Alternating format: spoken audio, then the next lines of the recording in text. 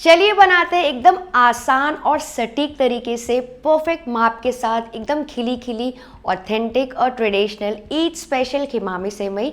और इतनी मज़े की बनेगी ना फ्रेंड्स कि आपको खुद पे विश्वास नहीं होगा कि पहली बार में आपसे इतनी अच्छी बन गई। बढ़िया से खिमामी सेवई की लगेंगी हमको ये सारी चीज़ें। तो सबसे पहले पैन में गरम करेंगे 1 टेबलस्पून घी। इसमें हम डालेंगे आधा कप कच्चा मखाना। ये देखिए मखाना एकदम इजीली मिल जाता है मार्केट में आजकल।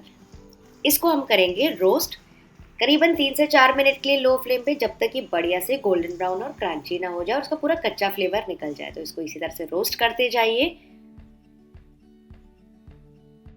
इसको लो फ्लेम पे ही करना है वरना ये ऊपर से जल्दी से जल जाएंगे। ये देखिए करीबन 3 मिनट के बाद मैं आपको इसका दिखाती हूँ। एकदम बढ़िया से टूट रहे, अच्छे खासे क्रंची हो गए। तो इनको निकाल देंगे। फिर इसी पैन में डालेंगे थोड़ा सा और घी।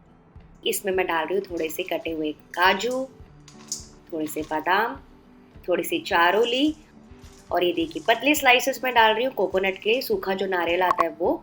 और इन सारी चीज़ों को भी अच्छे से रोस्ट कर लेंगे करीबन 2 मिनट के लिए। तो लो फ्लेम पे ही करना है ताकि कोई भी चीज़ फ्रेंड्स जलनी नहीं चाहिए। हर एक चीज़ अच्छे से रोस्ट होनी चाहिए। रोस्ट करने से क्या होता है ना, सारी चीज़ों का जो स्वाद है वो दुगना हो जाता है। और दूसरी इंपॉर्टेंट चीज़, इसकी शेल्फ लाइफ बढ़ जाती है। तो खिमामी सेवई आप 1 हफ्ते तक के फ्रिज में कोई भी एयरटाइट डब्बे में डाल के स्टोर कर सकते हैं। लास्ट में हम इसमें डालेंगे थोड़े से पिस्ता और किशमिश, क्योंकि इनको पकने में ज़्यादा समय नहीं लगता है। इसको भी हल्का सा चला लेंगे। तो फ्रेंड्स ये वाला जो डेजर्ट है ना, बहुत ज़्यादा रसीला और रिच बनता है। स्पेशली ईद की दावत में तो आप इसको ज़रूर से बना सकते हैं और आपको जितने ज़्यादा ड्राई फ्रूट्स इसमें चाहिए आप डाल सकते हैं। तो ये देखिए सारे ड्राई फ्रूट्स हो गए। इनको मैं निकाल के प्लेट में रख दूँगी, इसको हम बाद में यूज़ करेंगे।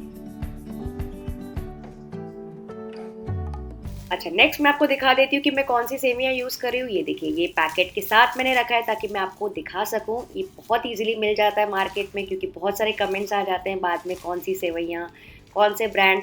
तो ये पूरा पैकेट मैं यूज़ करी, 250 ग्राम्स का ये पैकेट है। इसको क्या करेंगे, हल्का सा चूर लेंगे। मतलब बहुत ज़्यादा चूरा नहीं बनाना है, एकदम पाउडर जैसा नहीं करना है, हल्का हल्का क्रश कर लेंगे, जैसे कि छोटी छोटी सेवियाँ आपको पीसेस मिल जाए। और ये पतली वाली सेवियाँ है फ्रेंड्स मैं यूज़ कर रही हूँ। आप चाहें तो थोड़ी सी मोटी वाली भी यूज़ कर सकते हैं।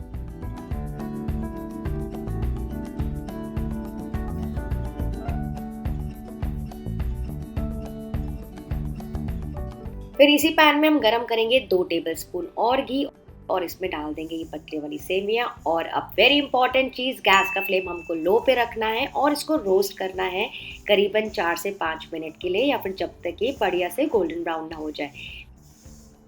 बीच में बिल्कुल भी बढ़ाना नहीं है गैस का फ्लेम ये सोच के कि जल्दी भून जाएंगी।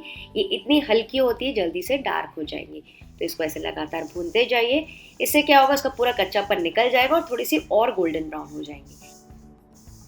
तो करीबन 4 मिनट हो गए। कैसे पता चले कि भून गई है, ये देखिए जब ये अच्छे से फ्राई हो जाती है ना घी में, तो ऊपर देख सकते हैं आप इसकी सतह थोड़ी सी वाइट होने लगती है, मतलब कि अच्छे से पक गई है, अच्छे से फ्राई हो गई है।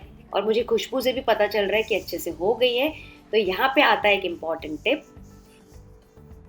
इस स्टेज में हम इसमें डाल देंगे 1 कप दूध। अच्छा, ये जो दूध है आपका रूम टेम्परेचर पे या हल्का गर्म हो सकता है, कैसे भी चलेगा।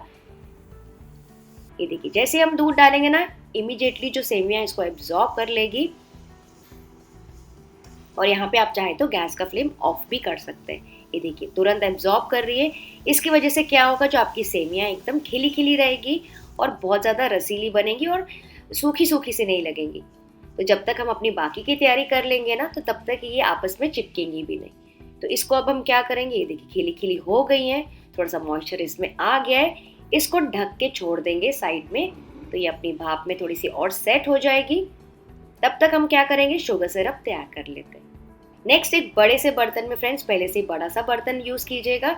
यहाँ पे मैं गरम कर रही हूँ 1 टेबलस्पून घी और इसमें फ्लेवरिंग के लिए मैं डाल रही हूँ वेरी इंपॉर्टेंट 2 से 3 लौंग और 2 से 3 इलायची। इसकी बहुत अच्छी खुशबू आती है और फ्लेवर आता है सेमिया में। आप चाहें तो बाद में इसको निकाल सकते हैं। इसको हल्का सा टॉस कर लिया ताकि इसकी खुशबू आ जाए घी में। और ये देखिए अब हम इसमें डालेंगे शक्कर। तो शक्कर मैंने डाली है करीबन 1 से 1.5 कप। तो फ्रेंड्स हमने यूज़ किए है 250 ग्राम्स ऑफ सेमिया, ठीक है। तो उसके सामने मैं यूज़ कर रही हूँ करीबन 400 से 500 ग्राम शक्कर। हालांकि ये कम है शक्कर, मैं आपको आगे बताती हूँ। इसके साथ ही हम इसमें डाल देंगे आधा लीटर पानी और इसको अच्छे से मिक्स कर लेंगे। अच्छा, मैं आपको ये बता रही थी ऑथेंटिकली 1:3 रेशियो किया जाता है।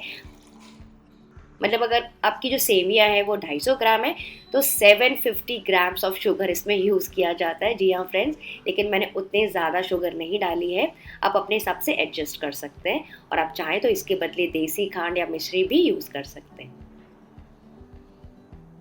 इसको अच्छे से मिक्स करके इसको उबलने देंगे हाई फ्लेम पे जब तक कि शुगर अच्छे से डिसॉल्व ना हो जाए, और इसको और आगे उबलने देंगे करीबन 3 से 4 मिनट के लिए, जिससे कि थोड़ी सी गाढ़ी हो जाए।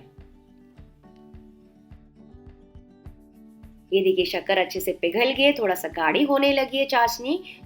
तो इस बीच में मैं डाल दूंगी करीबन आधा टीस्पून इलायची पाउडर, थोड़े से केसर के धागे में डाल रही हूँ, बिल्कुल थोड़ा सा ड्रॉप्स ऑफ केवड़ा एसेंस में डाल रही हूँ। आप चाहे तो रोज एसेंस भी डाल सकते हैं, अगर आपके पास ना हो तो कम्प्लीटली स्किप कर लीजिए। थोड़ी सी इलायची पाउडर ज़्यादा डाल सकते हैं और थोड़ा सा फूड कलर में डाल रही हूँ, ये भी कम्प्लीटली ऑप्शनल है।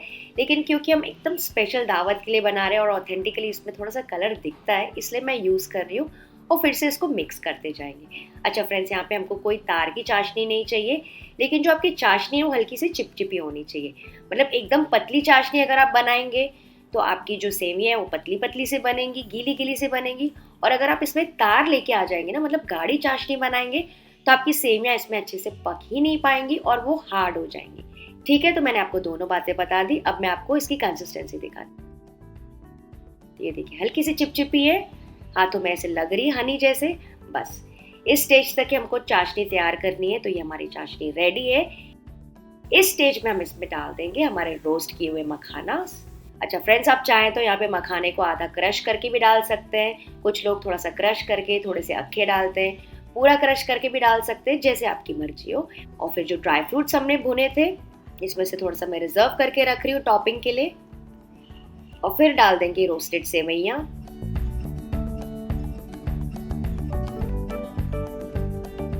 और अब इन सारी चीज़ों को अच्छे से मिक्स करके पकाएंगे मीडियम हाई फ्लेम पे करीबन 4 से 5 मिनट के लिए। तो फ्रेंड्स, शुरू शुरू में आपको ऐसा लगेगा कि काफ़ी सारी चाशनी है, लेकिन ऐसा नहीं है। धीरे धीरे जो सेवइयाँ उसको अच्छे से एब्जॉर्ब करेगी, क्योंकि उसको उसमें पकना है। तो इसको अच्छे से मिक्स करते जाइए। ये देखिए थोड़ी सी गाढ़ी होने लगी है, जो चाशनी है वो एब्जॉर्ब कर ली सेवइयाँ, थोड़ी सी और जूसी और खिली खिली भी हो गई है। अच्छा फ्रेंड्स, मुझे ये कमेंट करके बताइए कि आप इस टाइप की सेमियाँ बनाए हैं क्या घर पे, और अगर नहीं तो किस टाइप की सेमियाँ आप घर पे ट्राई करते हैं। मुझे कमेंट करके ज़रूर बताइएगा, मैं आपके कमेंट्स का वेट करूँगी। ये देखिए देखते देखते काफ़ी सारा शुगर सिरप जो है ना एब्जॉर्ब कर लिया है सेमिया ने। आप देख सकते हैं ऊपर सतह पर बिल्कुल हल्की सी चाशनी रह गई है। बस इसी स्टेज में हमको इसको ढकना है और इसको छोड़ देंगे हम लोएस्ट फ्लेम पे करीबन 5 से 6 मिनट के लिए। तो इसको मैं साइड में रख दूंगी। नेक्स्ट एक पैन पे मैं रोस्ट कर रही हूँ थोड़ा सा खोया। ये मावा रेडीमेड मैंने लिया था, करीबन 200 to 250 ग्राम्स आप यूज़ कर सकते हैं, या फिर जितनी आप सेमिया यूज़ कर रहे हैं उतना मावा यूज़ कर सकते हैं। इसको हल्का सा रोस्ट कर लेंगे। इससे क्या होगा ना, जो हम ऑथेंटिक सेमिया बना रहे हैं उसका टेस्ट दुगना हो जाएगा, पर आप चाहें तो इसको कम्प्लीटली स्किप भी कर सकते हैं। इसको थोड़ा सा ऐसे भूनते जाएंगे बिना तेल या घी के, तो अपने आप उसका जो तेल है, उसका जो फैट है वो छूट जाएगा। आप देख सकते हैं थोड़ा सा सॉफ्ट हो गया है मावा, इसने साइड्स भी छोड़ दिया है और थोड़ा सा सॉफ्ट टेक्सचर का भी हो गया है। देख सकते हैं आप, बिल्कुल ऐसे ही हमको चाहिए। तो बस ये हमारा खोया भी भून गया है।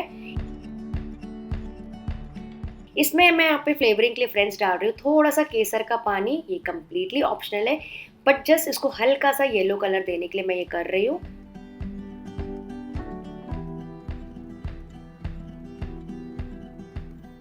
बस खोया अच्छे से भून गया है, इसको साइड में रख देंगे और चलिए सेमिया चेक कर लेते हैं।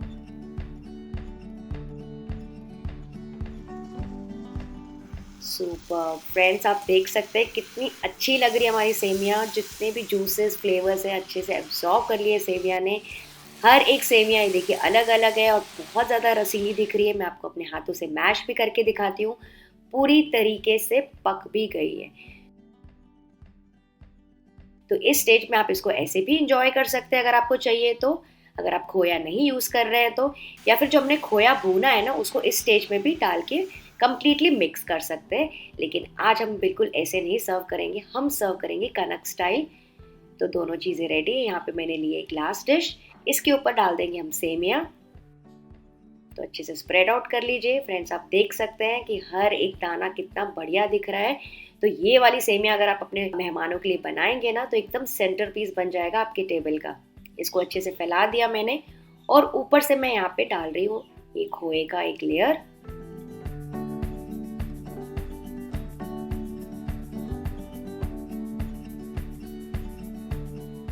तो एक लेयर मैंने बना दिया, इसको भी स्मूदन कर देंगे और ऊपर से डाल देंगे जो कि ड्राई फ्रूट्स वगैरह हमने रिजर्व करके रखे थे। आप देख सकते हैं फ्रेंड्स कितना ज़्यादा प्रेजेंटेबल लग रहा है, बस यही तो चाहिए रहता है खास दावतों में। और अब मैं आपको इसके अंदर का टेक्सचर दिखाती हूँ, ये देखिए।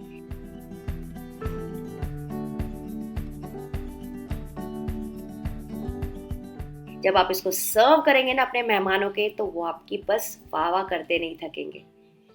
तो फ्रेंड्स इस रेसिपी के लिए तो आपको ज़रूर बताना है कि आपको आज की रेसिपी कैसे लगी, और अगर अच्छी लगी तो लाइक शेयर और सब्सक्राइब तो बनता है।